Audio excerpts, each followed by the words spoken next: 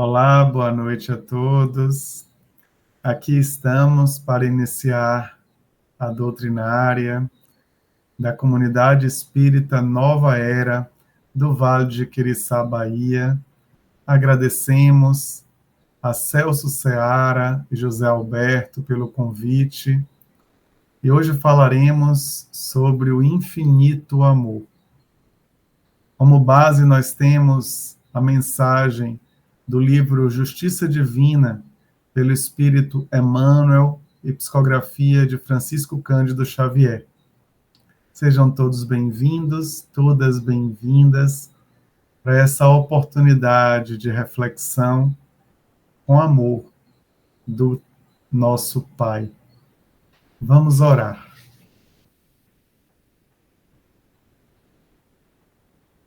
Mestre e amigo, todas as vezes que retornamos às paragens da Palestina há 2000 anos, a Israel, tão comentada pelos evangelistas, tentamos nos lembrar dos momentos em que talvez lá estivéssemos. Seja quando estivestes presente, ou posteriormente, quando passando por lá, ou vivenciando, ouvimos falar dos novos cristãos. Temos a certeza, Senhor, que por muito tempo negligenciamos a boa nova. Vivemos o materialismo de tal maneira que apenas agora, com o Espiritismo, podemos compreendê-lo.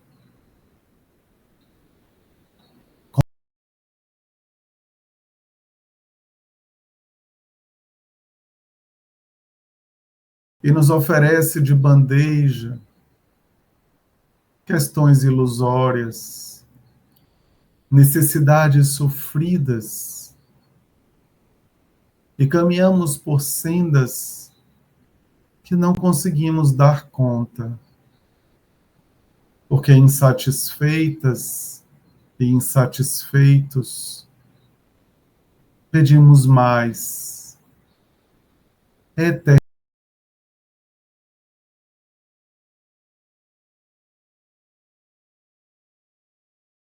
o Evangelho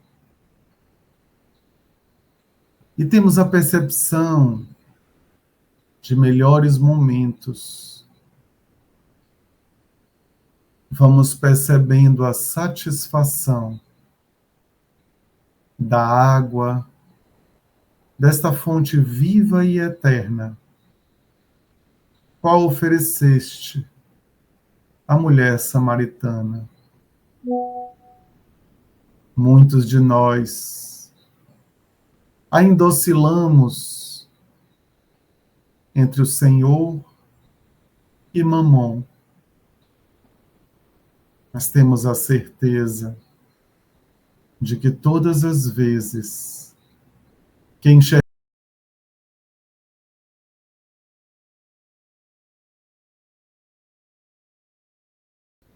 o bem a nós mesmos e ao nosso semelhante. Permanecei conosco, Jesus, neste momento, a fim de que possamos nos encontrar mais uma vez com esta centelha divina que há em nós. Que assim seja.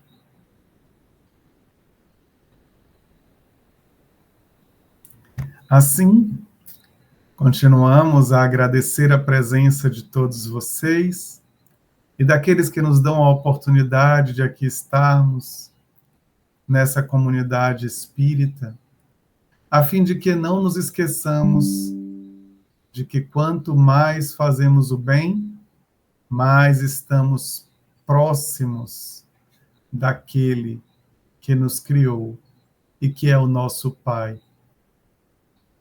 não nos falte, em momento algum, a oportunidade de ser bom, de sermos bons, de sermos boas. No livro que comemora 160 anos, agora, o livro O Céu e o Inferno, ou a Justiça das Penas Eternas, ou a Justiça Divina, segundo o Espiritismo, nós temos no capítulo 6, intitulado Doutrina das Penas Eternas, um tópico em especial que Emmanuel vai tratar lá no livro Justiça Divina. Este tópico é o 16. E ele começa falando de uma frase que é um dogma da justiça das penas eternas. A recompensa concedida aos bons, sendo eterna, deve ter como contrapartida uma punição eterna. É justo proporcionar a punição à recompensa. Vemos aí que nesta ideia, neste dogma, parte-se do princípio que todos que fazem o bem merecem uma eternidade, uma felicidade eterna. E tendo essa ideia de que o bem merece uma recompensa boa, o dogma das penas eternas diz que, em contrapartida, todo aquele que deixa de fazer o bem, por justiça, deve ter uma pena eterna.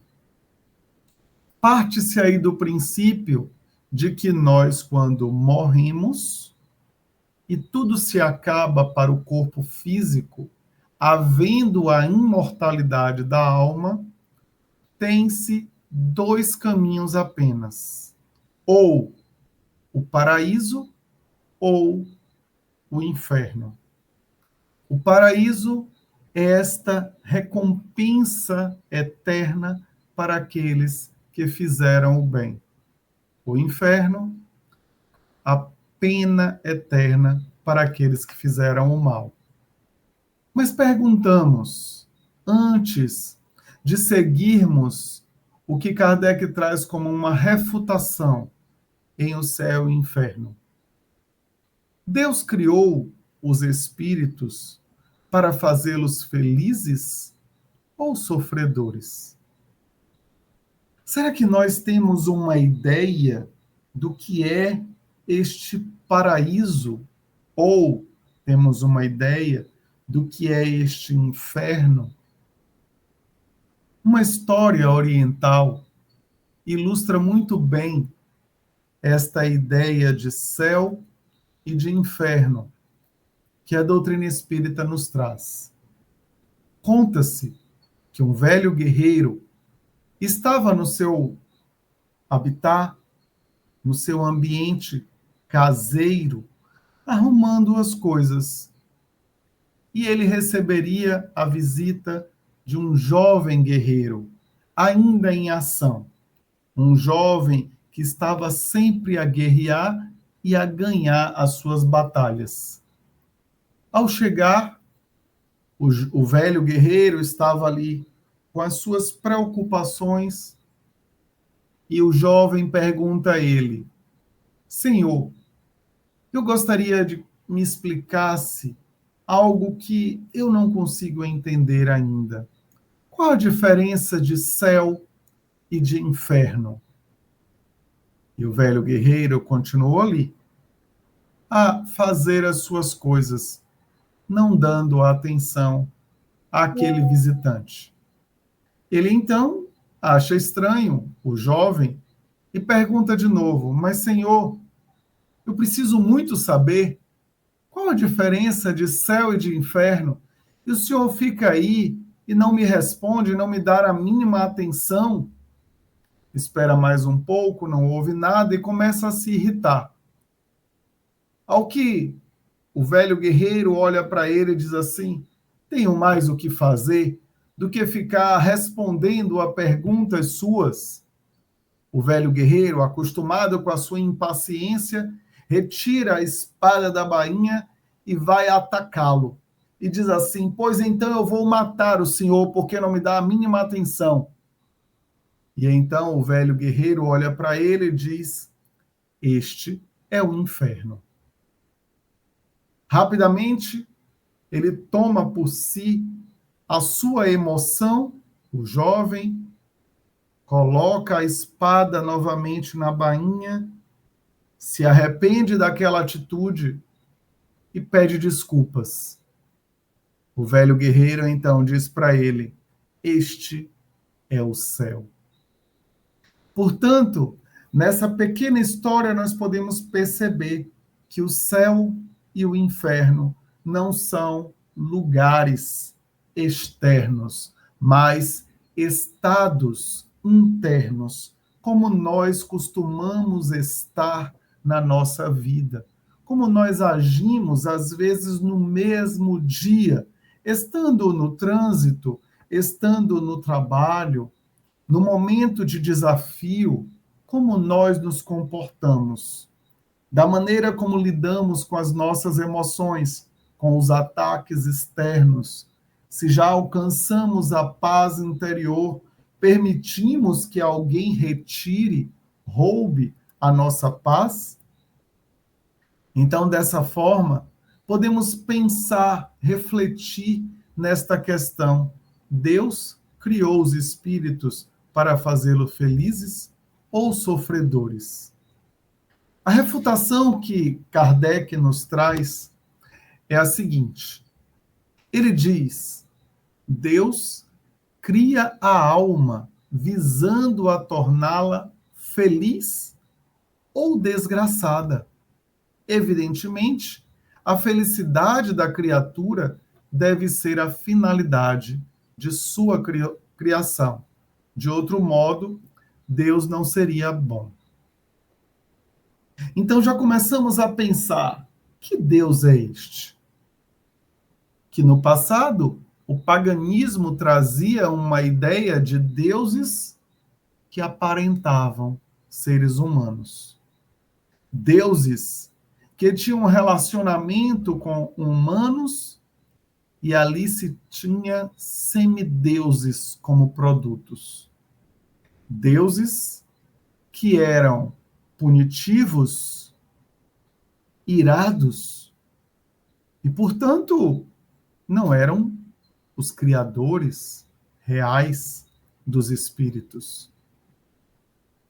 A ideia que Moisés traz com um único Deus e não vários deuses já começa a mostrar um Deus justo, bom, soberano, onisciente. Essa onisciência faz com que Deus saiba de tudo o que acontece. Tudo o que acontece antes mesmo de nós percebermos.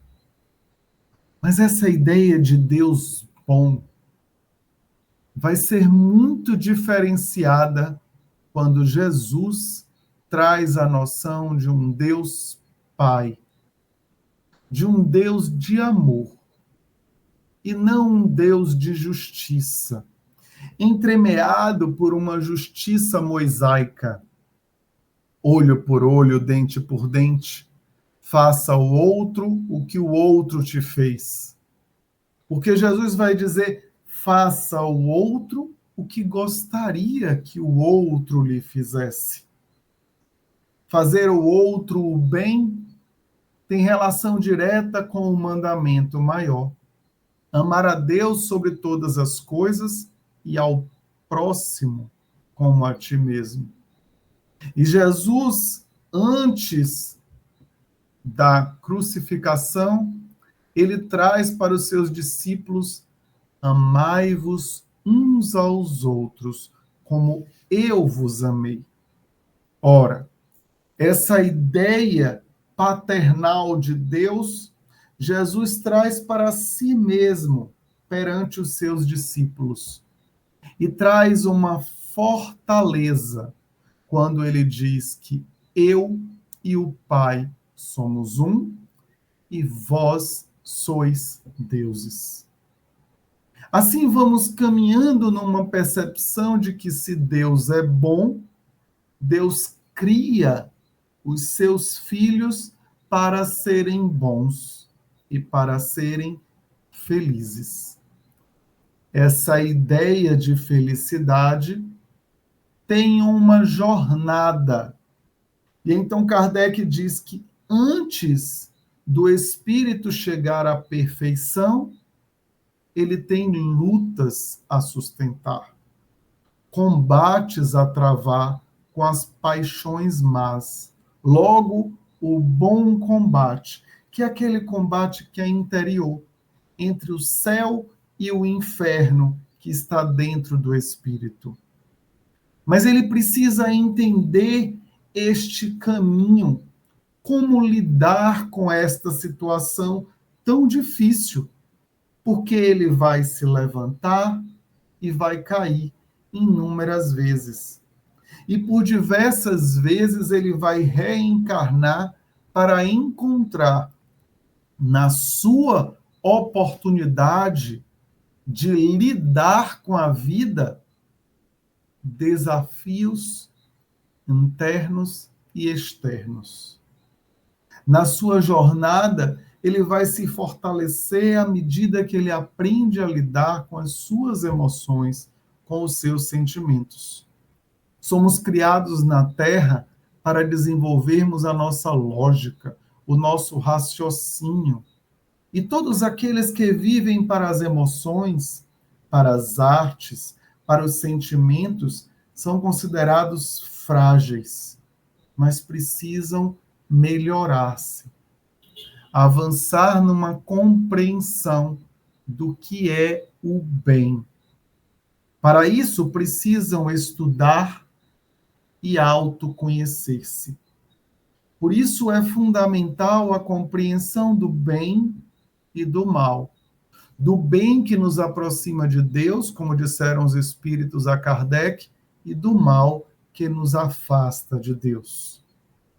Mas nessa ideia da punição eterna, que acontece após a desencarnação, como se depois disso não houvesse mais oportunidade de melhoria, quando se vai para o inferno, se perde todas as oportunidades de se conhecer o bem, de se conhecer a Deus. E é como se os espíritos estivessem olhando, os bons espíritos estivessem olhando para o espírito que sofre, que tem a punição eterna, e tivesse uma certa alegria, uma certa satisfação olhando para a doutrina das penas eternas, com tudo aquilo que acontece com este indivíduo.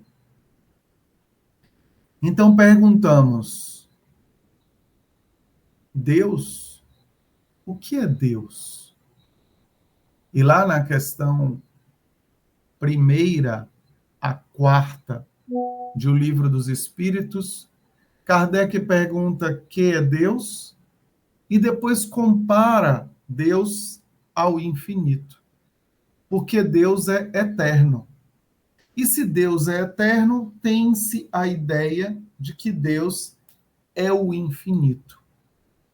Mas o infinito também faz parte da criação de Deus. Logo, Deus é o Criador. Antes de Deus, nada existia. Deus é eterno desde o início. Ou seja, quando se estabeleceu um início da criação, já existia Deus. E tudo que é considerado infinito é infinito a partir da criação de Deus. E quando Deus criou o espírito e criou a matéria, fez da matéria finita transmutando-se, e o Espírito infinito, eterno, também transmutando-se. E para unir o Espírito à matéria, o fluido cósmico universal, que buscou desta criação para que pudesse movimentar a matéria. Por isso, a ideia de que Deus é o infinito é equivocada. A ideia de que Jesus é Deus é equivocada. Todos foram criados por um Deus único, onipresente. Essa onipresença não significa, como se pensa no panteísmo, que Deus é a própria criação, mas que Deus coloca-se em toda a criação. Há sinais de Deus em tudo, em uma folha, em um espírito, em um ser humano, espírito encarnado, em um animal, em uma pedra, nas águas, num planeta, numa estrela, numa nebulosa. Em tudo há sinais de Deus.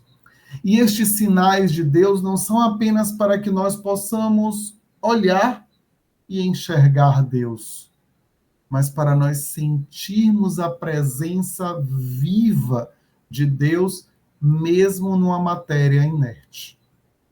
Por isso é tão importante nós observarmos a criação divina, entendendo que ali há a presença do amor. E por isso, quando falamos no infinito amor, nós temos que começar lembrando que Jesus nos ensinou o Pai Nosso. Uma oração muito pequena, simples e profunda, cujas palavras nos remetem diretamente ao Pai. Nós não precisamos estar num templo ou falar com o Espírito, com o Santo, com Jesus, mas falamos diretamente ao nosso Pai. Porque quando falamos com o nosso Pai, nós nos aproximamos do infinito amor. Emmanuel começa a mensagem dizendo: diante daqueles que supunhas transviados, mesmo que se entremostrem cegos no crime, não te confies à maldição. Nessas horas difíceis, indagas de ti próprio, onde a grande razão pela qual Deus tolera semelhantes abusos. E aí nós nos voltamos para este pensamento deste Deus que é eterno, deste Pai que observa tudo e que nos dá sempre uma próxima oportunidade. Nos dá sempre uma chance de olhar de novo, novamente, para o mal que fizemos, para a vítima do mal que cometemos e termos uma oportunidade de reflexão. Em o livro O Céu e o Inferno, no mesmo item, Kardec diz: a punição que a alma sofre é um aviso de que agiu mal e que deve ter por resultado conduzi-la de volta ao bom caminho. Desde logo, a finalidade providencial da criação não poderia ser alcançada se houvesse a pena eterna. Pois se uma alma culpada se arrepende, pode tornar-se boa. E Deus, sendo justo, dá nova oportunidade para a alma. Dá nova oportunidade para que ela reflita e recupere-se perante o próprio mal. Portanto, assim nós entendemos que a lei de amor, que é a lei da vida, está guardada na consciência. Cada um de nós tem um juiz. E este juiz não é o nosso benfeitor, não é o espírito que nos guia, é a nossa própria consciência. Quanto mais expandimos a nossa consciência, mais entendemos os lados positivos e negativos das nossas escolhas. E o nosso guia está sempre a nos mostrar: olha para os lados, percebe as novas oportunidades. Não adentre numa felicidade relativa, nem num sofrimento autopunitivo. Não busque a perfeição, porque ainda estás num degrau muito inferior. Vai apenas percebendo a tua perfectibilidade. Encontrarás a perfeição no futuro, mas ainda precisa alcançar o próximo degrau. Por isso é tão importante olhar para o seu momento atual. E é aí que nos voltamos à mensagem de Emmanuel, quando ele vai tentando nos mostrar pela nossa própria experiência vivida na Terra. E aí ele diz: no entanto, se a inquietação te invade, pensa em teu próprio filho ao surgirem problemas. E aí vamos tentar nos colocar na posição de um pai ou de uma mãe. Se ainda não somos pais, ou se somos tios, professores, evangelizadores, nos coloquemos nesta posição de quem tutela, de quem empreende esforços para educar. E aí ele fala: se notas infelizes lhe assinalam o estudo, o que fazes? Se foge à profissão, o que fazes?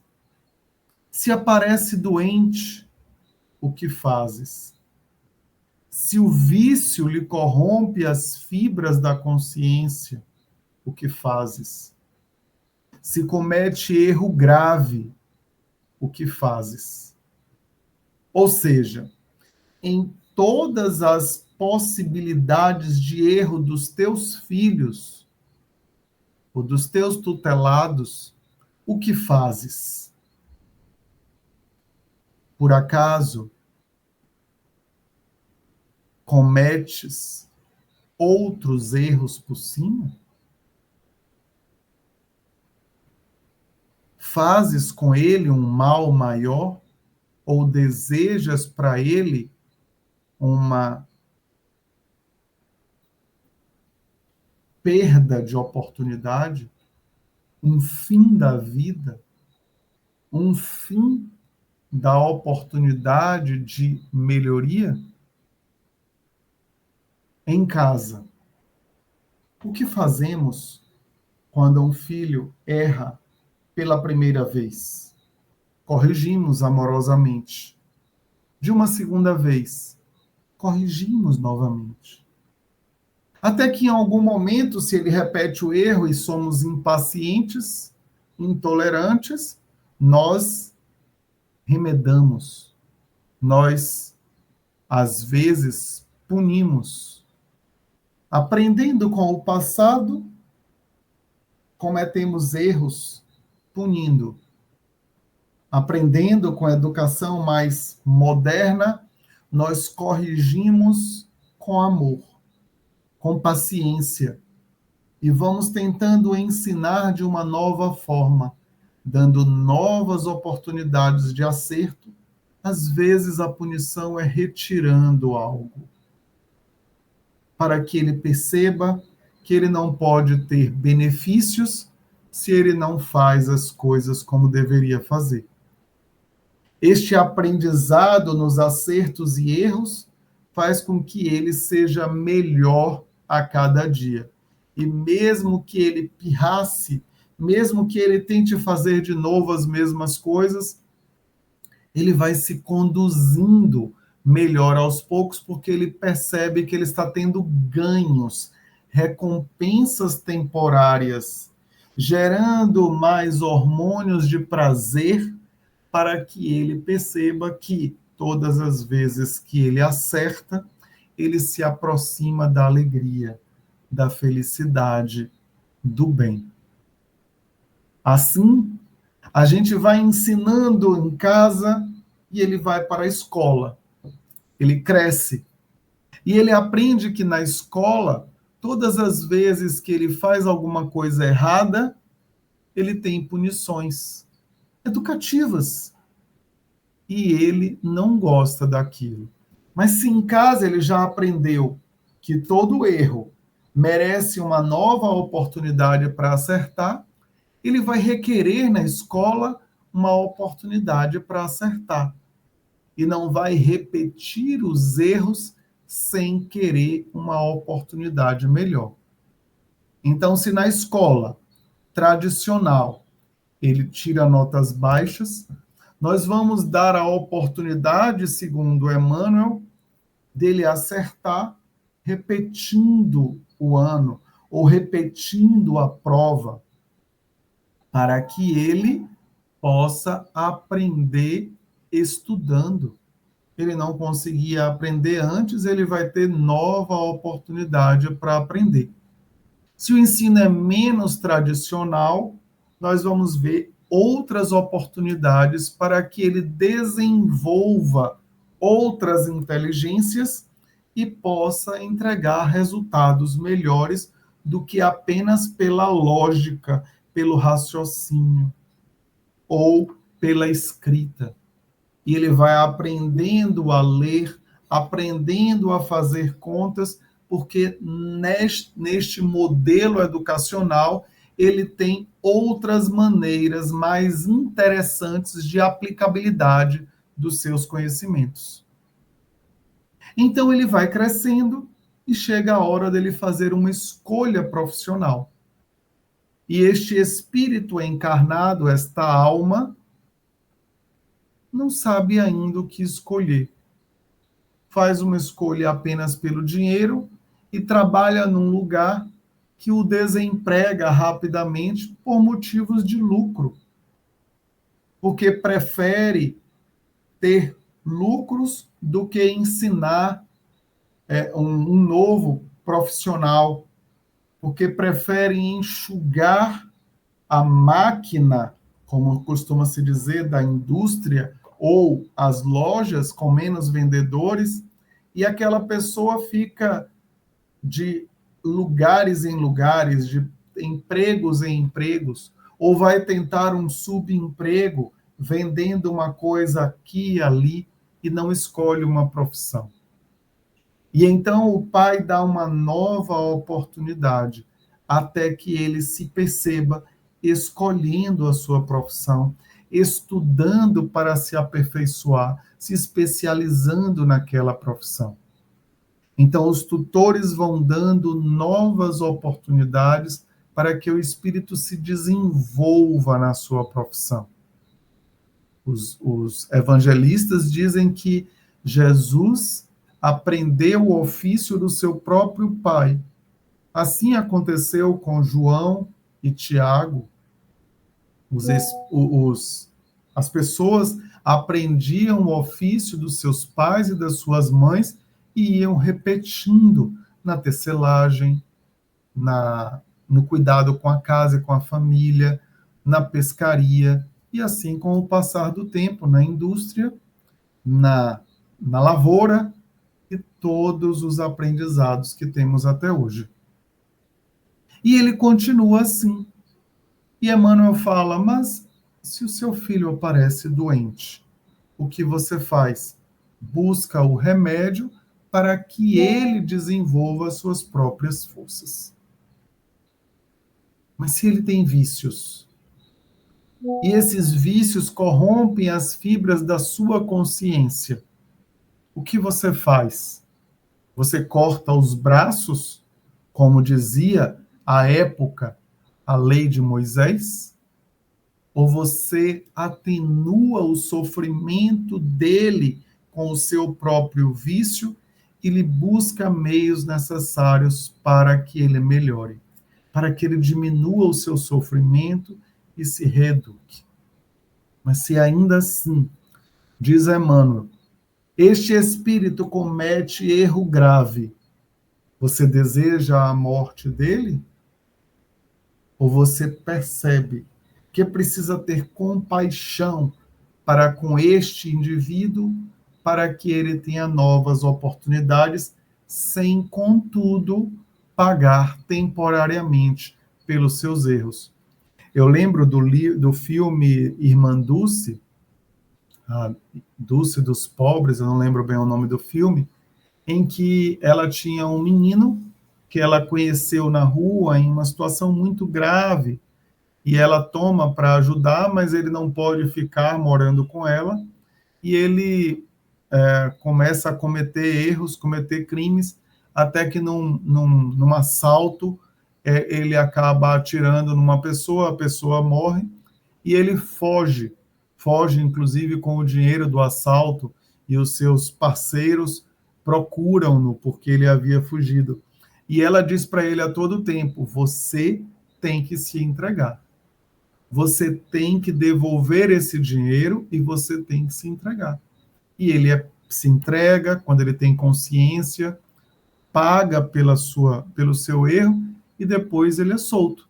Então, estas punições são, portanto, dadas porque nós precisamos ter a oportunidade, não a justiça das penas eternas, nem mesmo nas leis humanas, onde há nações em que trabalham com a ideia das penas de morte. E ele diz, ainda nas circunstâncias em que o mal te pareça abarcar toda a terra, pensa no amor divino, que sustenta as estrelas e alimenta os insetos. Ou seja, dos grandes aos pequenos, a justiça do amor divino está vibrando em toda a parte, apelando constantemente à nossa consciência pelo perdão e pelo auxílio. Assim, a gente compreenderá que não falta a ninguém, absolutamente a ninguém, nem hoje, nem no futuro, a presença divina.